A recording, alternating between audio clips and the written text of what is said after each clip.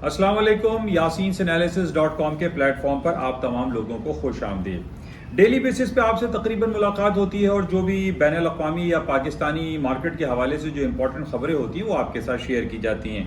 आज अक्टूबर की 12 तारीख हो गई है, तकरीबन आधा महीना ये कंप्लीट होने वाला है और जैसे कि मैंने आपसे पहले भी ये कहा था, ये आखिरी क्वार्टर का पहला महीना है और उस पहले महीने के 12 दिन आज मुकम्मल हो चुके हैं। तो बड़ी इंपॉर्टेंट जो है इंपॉर्टेंस हम देते हैं इस महीने को, यानी जो क्वार्टर का पहला महीना होता है, क्योंकि उसमें प्रीवियस क्वार्टर के तमाम बड़ी बड़ी जो कंपनीज हैं, तो द बिग जायंट कंपनीज जो हैं, उनकी अर्निंग रिपोर्ट्स आते हैं, उनकी रेवेन्यू जनरेशन के नंबर्स आते हैं, उनकी अर्निंग पर शेयर्स के नंबर आते हैं और उन्होंने क्या खोया क्या पाया वाली कैफियत हमारे सामने आती है। तो बहरहाल अब तक अभी हमारे पास कोई बड़ी अर्निंग रिपोर्ट का टाइम नहीं आया है। जैसे कि जो बड़ी रिपोर्ट्स मैं आपसे कहता हूं कि Apple, Amazon, alphabet, Google, Facebook, Netflix और IBM, माइक्रोसॉफ्ट, ये सारी कंपनीज के अभी अगले हफ्ते तक इनके रिपोर्ट्स, इनके नंबर शाया किए जाएंगे। तो बहरहाल आज हमारे लिए बड़ा इंपॉर्टेंट डे है। आज इंपॉर्टेंट डे तो इस हवाले से है कि रात को 11 बजे पाकिस्तानी वक्त के मुताबिक अमेरिका की FOMC federal open market committee की जो मीटिंग मिनट्स हैं वो रिलीज किए जाएंगे और इसकी बड़ी इंपॉर्टेंस होती है। इसकी इंपॉर्टेंस बिल्कुल ऐसे ही गिरदानी जाती है जिस तरीके से हम देखते हैं कंज्यूमर प्राइस इंडेक्स की रिपोर्ट आती है, हम ये देखते हैं कि नॉन फार्म पेरोल या अनएम्प्लॉयमेंट के नंबर्स रिलीज किए जाते हैं। ये कुछ नंबर्स ऐसे होते हैं जिनकी बड़ी अहमियत होती है। तो बहरहाल आज रात को 11 बजे इसकी रिपोर्ट शाया की जाएगी कि गवर्निंग बॉडी के जो मेंबर्स हैं, जो फेडरल ओपन मार्केट कमेटी की जो मेंबर्स हैं, उनमें से कितने लोग इस बात पर उन्होंने आमादगी का इजहार किया था कि जनाब अमेरिका का जो शरह सूद है, जो कि पिछले 3 बार मुसलसल यके बाद दीगरे 75 पैसे बढ़ाया जाता रहा है। तो ये आज हमारे पास ये रिपोर्ट शाया होगी कि उन गवर्निंग बॉडी, जो कि तकरीबन 9-10 गवर्निंग बॉडी मेंबर्स हैं, वो हमें चेक करना पड़ेगा कि उसमें से 8 थे, 9 थे, 7 थे, 5 थे, कितने परसेंट लोग उसमें इस बात पर आमादा थे कि अमेरिका का जो शरह सूद है वो मुसलसल तीसरी बार 75 बेसिस पॉइंट बढ़ाया जाए। तो बहरहाल आज को रात के 11 बजे बड़ी इंपॉर्टेंट रिपोर्ट आएगी और इसके रिपोर्ट रिलीज होने के बाद मार्केटों में उतार चढ़ाव हो जाता है, चाहे वो gold, silver, crude oil, currency या स्टॉक्स इंडिसेस हों, इन सब में एक उतार चढ़ाव वाली सिचुएशन क्रिएट होती है। तो बहरहाल इसको हम रात को 11 बजे देखेंगे, लेकिन अब से तकरीबन 1 घंटे, 2 घंटे, 3 घंटे के बाद भी हमारे पास कुछ रिपोर्ट्स ऐसी हैं जिस पे मार्केट में उतार चढ़ाव मुमकिन है। और खास तौर पे आज बैंक ऑफ इंग्लैंड अपनी जो मीटिंग मिनट्स हैं वो शाया करेगा अब से तकरीबन 1 घंटे के बाद। इसको हमें देखना पड़ेगा कि बैंक ऑफ इंग्लैंड के जो नंबर्स हैं या उसकी जो मीटिंग मिनट्स में उसमें क्या बातें की गई। बट इंपॉर्टेंट है, मार्केट में कुछ ना कुछ, खास तौर पे स्टर्लिंग के हवाले से मार्केट में उतार चढ़ाव आ सकता है। और स्टर्लिंग के साथ साथ हम देखते हैं कि जब स्टर्लिंग में तेजी आती है तो सोने में की कीमतें भी बढ़ जाती हैं और यूरो है या स्विस फ्रैंक और जापानीज येन में भी कुछ ना कुछ मूवमेंट आ जाती है। तो बहरहाल ये अभी दिन का 2:30 बजे, तकरीबन 1 घंटे के बाद ये रिपोर्ट शाया होगी। इसके साथ ही शाम को 4 बजे ओपेक की कुछ मंथली रिपोर्ट है, इसके भी नंबर शाया किए जाएंगे। ये इंपॉर्टेंट है। तो ओपेक है और बैंक ऑफ इंग्लैंड है, और इसके साथ ही शाम को 5:30 बजे अमेरिका की प्रोड्यूसर प्राइस इंडेक्स की बड़ा इंपॉर्टेंट इन्फ्लेशनरी नंबर है और इस पर भी मार्केटों में उतार चढ़ाव मुमकिन होता है। तो हमें ये चौकन्ना रहना पड़ेगा, यानी 2:30 PM, 4 PM और 5:30 PM। तो ये बड़े इंपॉर्टेंट टाइमिंग्स हैं। और इसके अलावा सबसे बड़ी जो रिपोर्ट हमारे पास जो शाया होगी रात के 11 बजे FOMC की मीटिंग मिनट्स, उस पर आप बड़ी अपनी तवज्जो को मरकूज रखिएगा। अच्छा, इसके अलावा कल रात की हम बात कर लेते हैं। कल रात को 11:30 बजे बैंक ऑफ इंग्लैंड के गवर्नर मिस्टर एंड्रयू बैली की एक स्पीच थी, जो कि वॉशिंगटन में आजकल IMF की मीटिंग चल रही है, इंटरनेशनल मॉनेटरी पॉलिसी फंड के हवाले से IMF की जो मीटिंग चल रही है, उसके प्लेटफॉर्म पर मिस्टर एंड्रयू बैली ने कुछ खिताब किया और इनके खिताब करने के बाद अचानक मार्केटों में डाउनफॉल आ गया। Euro, sterling, Swiss franc, Japanese yen, even के गोल्ड, सिल्वर एंड स्टॉक सब नीचे की तरफ आ गए। ऐसा क्या उन्होंने कह दिया कि मार्केटों में अचानक डाउनफॉल आया? लेकिन आज हम देख रहे हैं कि मार्केटों में दोबारा से रिकवरी मूड में आ गई है और मार्केट ऊपर की तरफ जा रही हैं। तो बहरहाल बैंक ऑफ इंग्लैंड के गवर्नर मिस्टर एंड्रयू बैली का ये कहना था कि परसों, यानी आज से 2 दिन के बाद, जो उनकी बॉन्ड परचेजिंग, जो इमरजेंसी बॉन्ड परचेजिंग का जो सिलसिला काफी अरसे से चल रहा है, उसको वो खत्म करने जा रहे हैं। ये बड़ा इंपॉर्टेंट इनका कमेंट था और उन्होंने कहा कि आफ्टर 2 days यानी ऑन फ्राइडे वीकली क्लोजिंग पे वो अपने एमरजेंसी बॉन्ड बाइंग के सिलसिले को खत्म कर देंगे। तो ये बड़ा इंपॉर्टेंट पहलू था और इसके बाद मार्केटों में काफी गिरावट आ गई, लेकिन इस पर नॉर्मली होना ये चाहिए था कि पाउंड स्टर्लिंग की मार्केटों को ऊपर की तरफ जाना चाहिए था, क्योंकि जिस तरीके से हम ये जानते हैं कि जब हुकूमत की जो बॉन्ड्स हैं वो बैंक ऑफ इंग्लैंड परचेज नहीं करेगा तो मार्केट में करेंसी, दैट पर्टिकुलर करेंसी की जो फ्लोटेशन है वो रिड्यूस हो जाएगी, यानी बॉन्ड बैंक ऑफ इंग्लैंड नहीं खरीदेगा और उसके अगेंस्ट में जो उसकी जो करेंसी है वो मार्केट में फ्लोट नहीं करेगी, तो उसके बेसिस पे तो स्टर्लिंग की मार्केटों को ऊपर जाना चाहिए था, लेकिन एट सडन मार्केट है तकरीबन 150-200 पॉइंट नीचे गिर गई।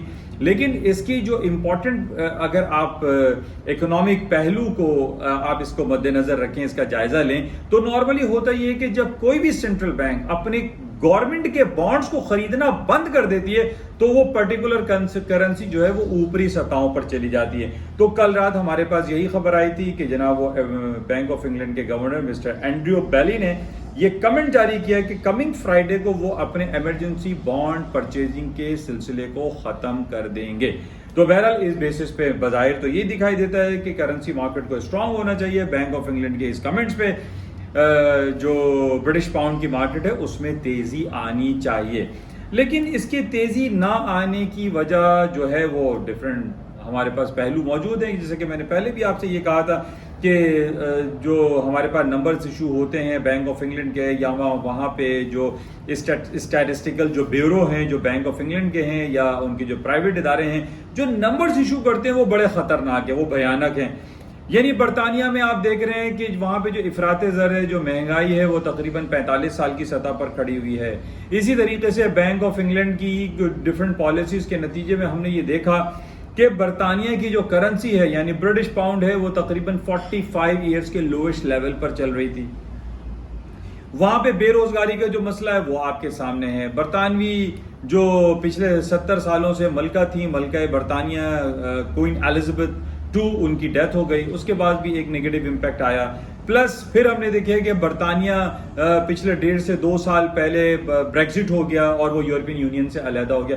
तो ये सारी जो नेगेटिव कमेंट्स हमारे सामने, नेगेटिव वाकयात हमारे सामने आए, और प्लस जो अभी रिसेंटली पिछले 7-8 महीनों से हम देख रहे हैं कि बरतानिया इस वक्त रूस का सबसे बड़ा दुश्मन बना हुआ है। यानी रूस की तरफ से ये भी हमारे सामने कुछ बयानात दिखाई दे रहे हैं कि रूस यूरोप के इस मुल्क यानी बरतानिया के ऊपर कोई अटैक कर सकता है, कोई न्यूक्लियर वॉर कर सकता है। तो ये सारे कमेंट्स हमारे पास जब नेगेटिव आते हैं तो हम ये देख रहे हैं कि बरतानवी करेंसी जो है अच्छे कमेंट्स आने के बावजूद भी ऊपर की तरफ नहीं आती। लेकिन for the certain period of time, कल जब एंड्रयू बैरी ने ये बात कही कि जनाब वो इमरजेंसी बॉन्ड परचेजिंग का जो सिलसिला है वो फ्राइडे को खत्म कर देंगे, तो इन बेसिस पे मार्केट को ऊपर आना चाहिए, लेकिन ऊपर नहीं आई। ऊपर ना आने की वजह यह है कि अब जाहिर है कि एक सपोर्टिंग हैंड होता है। बैंक ऑफ इंग्लैंड पूरी इकोनॉमी को सपोर्ट कर रहा है, जब वो सपोर्ट करने के लिए अपने हाथ को खींच लेगा तो इस वजह से एक नेगेटिव सेंटिमेंट्स क्रिएट होते हैं और मार्केट एट सडन फॉल हो जाती है। लेकिन आज हम ये देख रहे हैं कि मार्केटों में थोड़ा सा रिकवरी फेज आ रहा है और ब्रिटिश पाउंड कल के अपने लो से तकरीबन 100 पॉइंट प्लस हो चुकी है।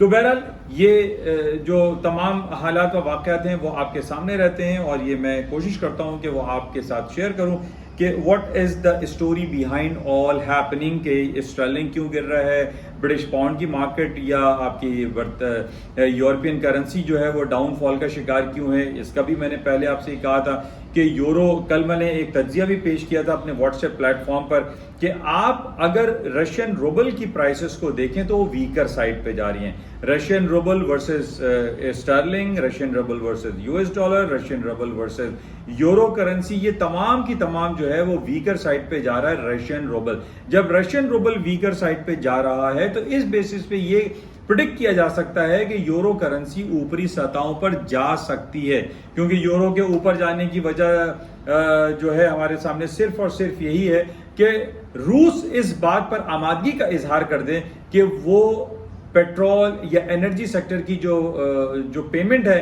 वो यूरोपियन जो करेंसी है, जो यूरो है, उसमें भी लेना शुरू कर दे। तो बहरहाल ये एक मिक्स रिएक्शन था, लेकिन अगर आप इसका एक पहलू जाके जायजा लीजिए कि रशियन रूबल जो है अदर तमाम करेंसीज के मुकाबले में वीकर साइड पे जा रही है, तो इन बेसिस पे ये कहा जा सकता है कि यूरो करेंसी में भी तेजी के इम्कानात मौजूद हैं। اپارٹ فرام دیز کہ جناب روس نے یہ کہا ہوا ہے کہ وہ یورو میں پیمنٹ نہیں لے گا. بہرحال اس کو دیکھتے ہیں کہ اور مزید اس کے حوالے سے کیا کمنٹس آتے ہیں. بہرحال آج کی جو رپورٹ ہے وہ رات کے 11 بجے امپورٹنٹ ہے, اور اس کے علاوہ ہی جو بینک آف انگلینڈ کے کمنٹس کے بعد مارکیٹوں نے اوپر جانا شروع کیا ہے, تو ان بیسس پہ یہ کہا جا سکتا ہے کہ سونے کی قیمتوں میں بھی اضافہ ممکن ہے. کیونکہ ہم نے نارملی دیکھا ہے کہ جب برطانوی کرنسیز اوپری سطحوں پر جانا شروع ہوتی ہے تو اس کے اندر اس کے ساتھ ساتھ جو گولڈ کی قیمتیں ہیں یا سلور کی قیمتیں اس میں بھی تیزی کے امکانات موجود ہوتے ہیں. تو بہرحال اس کو ہم دیکھتے ہیں اور مزید واچ میں رکھیں گے کہ مارکیٹوں میں ابھی اور کیا خبریں آنے والی ہیں. لیکن سب سے امپورٹنٹ ہمارے پاس کیا ہے کہ رات کے 11 بجے کچھ امپورٹنٹ نمبرز آئیں گے. آج اس کے ساتھ پاکستان کی کچھ بات کرتے ہیں. پاکستان کی جو حالات ہیں وہ آپ کے سامنے ہیں. پاکستان کی کرنسی جو ہے وہ آج ہمیں بظاہر اسٹرانگ تو دکھائی دے رہی ہے ورسز US ڈالر 217 218 روپے کا آ گیا ہے. کہاں یہ 240 اور 245 روپے تک گیا تھا, لیکن ابھی تک میرے پاس جو ڈفرینٹ رپورٹس اور نمبرز میں پڑھتا رہتا ہوں وہ آپ کے ساتھ میں ضرور شیئر کروں گا. آج ہمارے پاس موڈیز کی ایک خبر آئی ہے کہ موڈیز نے ہمارے پاکستان کے 5 بینکوں کو ڈاؤن گریڈ کر دیا ہے, جس میں HBL ہے, الائٹ بینک ہے, نیشنل بینک ہے. تو یہ 3-4 بینکس ہیں جو کہ پاکستان میں اس کو ڈاؤن گریڈ کیا گیا ہے. National bank of Pakistan, United bank ہے اور الائٹ بینک ہے اور HBL, یہ ان کو ڈاؤن گریڈ کیا گیا ہے. یہ بڑا نگیٹو کمنٹس ہیں پاکستان کے لیے اور اس کا نگیٹو امپیکٹ پاکستان کی اسٹاک پہ پڑتا ہے. اور اس کے علاوہ ہمارے پاس جو نگیٹو کمنٹس اور بھی آئے ہیں کہ پاکستان میں جو ریمیٹنسز باہر سے جو لوگ پیسے بھیجتے ہیں وہ بھی فال ہوا ہے اور سپٹمبر کے مہینے میں وہ 12% ڈکلائن ہوا ہے. تو یہ نگیٹو باتیں کہ پاکستان میں ڈالرز ویسے ہی نہیں ہیں اور پاکستان میں جب ریمیٹنسز آنا بند ہو جائیں گی یا کم ہو جائیں گی تو اس کا بھی ایک نگیٹو ایفیکٹ پاکستان کی کرنسی پہ پڑتا ہے اور ڈالر مہنگا ہو سکتا ہے. تو بہرحال یہ 2 کمنٹس ہمارے سامنے نگیٹو دکھائی دے رہے ہیں. اور جیسے کہ پہلے بھی میں نے آپ سے یہ کہا تھا کہ پاکستانی کرنسی کو اسٹرانگ کرنے کے لیے یہ آرٹیفیشل موو ہمیں نہیں چاہیے. ہمیں آرٹیفیشل یا مصنوعی طریقے سے پاکستانی کرنسی کو اسٹرانگ نہیں کرنا, بلکہ پاکستان کی کرنسی صرف اسی وقت اسٹرانگ ہو سکتی ہے جب ہم ان نیسیسری غیر ضروری امپورٹ بل جو ہے وہ ڈکلائن نہیں کرتے. ہمارے پاس غیر ضروری طور پر ہم جو ہے بہت ساری چیزیں امپورٹ کر رہے ہیں. ہمارے پاس ٹھیک ہے جو را مٹیریل ہے جس کی ہمیں فنش گڈ بنانے کی ضرورت ہے, دیٹس گڈ, ہمیں وہ لینی چاہیے. لیکن ہمیں فنش گڈ لینے کی کیا ضرورت ہے کہ جس کی وجہ سے ہمارے پاکستانی روپے پہ پریشر پڑتا ہے اور پاکستان میں ڈالر مہنگا ہو جاتا ہے. تو پاکستان میں ضرورت اس بات کی ہے کہ ہم ان نیسیسری گڈس کی جو امپورٹس ہیں ان کو ختم کریں اور بی پاکستانی اور بائے پاکستانی والی پالیسی کو اڈاپٹ کرتے ہوئے اپنی کرنسی کو اسٹرانگ کریں اور زیادہ سے زیادہ کوشش کریں کہ ہم ایکسپورٹ اورینٹڈ اکانومی بن جائے رادر دین کہ ہم امپورٹ بیس اکانومی اس وقت بنے ہوئے ہیں. ہمارے ٹوٹل جو GDP کا ہے اس میں اگر ہم پورا چیک کرتے ہیں تو ہماری جو امپورٹس ہیں وہ زیادہ ہیں, ہماری ایکسپورٹ کم ہے. تو بہرحال ٹوٹل امپورٹس اگر دیکھتے ہیں تو 75% آتا ہے, ایکسپورٹ ہماری صرف 25-30% ہے, جو کہ وہ بہت ہی ایک بیڈ نمبرز ہیں. اس کو امپروو کرنے کی بہت زیادہ ضرورت ہے تاکہ پاکستان میں اوور آل ہماری اکانومی بہتر ہو سکے. بہرحال پاکستان کے جو وزیر خزانہ نئے ابھی آئے ہیں اسحاق ڈار صاحب, وہ امریکہ روانہ ہو گئے اور پاکستان کے حوالے سے وہ IMF میں اور ورلڈ بینک میں ملاقاتیں کریں گے. یہ خاص طور پہ یہ جو ریسنٹلی جو سیلاب پاکستان میں آیا بلوچستان اور انٹیریئر سندھ کے حوالے سے, جس میں بے تحاشا جو ہے ہمیں نقصان اٹھانا پڑ رہا ہے اور کہا یہ جا رہا ہے کہ $30 بلین ہمارے ایکسچیکر کو نقصان ہوا ہے. تو بہرحال اس حوالے سے کیا پیش رفت ہوتی ہے, اسحاق ڈار صاحب جو ہے IMF اور ورلڈ بینک میں کیا باتیں کرتے ہیں, ہوپ فلی کہ وہ وہاں سے کچھ اچھے ریزلٹس لے کر آئیں. تو بہرحال یہ کچھ باتیں آپ کے ساتھ شیئر کی گئی ہیں, ہوپ فلی ان سے کچھ نہ کچھ فائدہ آپ کو حاصل ہوتا ہوگا. بہرحال تیار رہیے, 2:30 بجے, 4 بجے, 5:30 بجے اور رات کے 11 بجے بڑی امپورٹنٹ خبریں ہیں. انشاءاللہ رابطے میں رہیں گے. آپ سے اجازت چاہوں گا اور آپ سے گزارش کہ اس یوٹیوب چینل کو, اس پلیٹ فارم کو زیادہ زیادہ لائک کریں, شیئر کریں, سبسکرائب کریں اور اس کو جوائن کرتے رہیں. تھینک یو, خدا حافظ.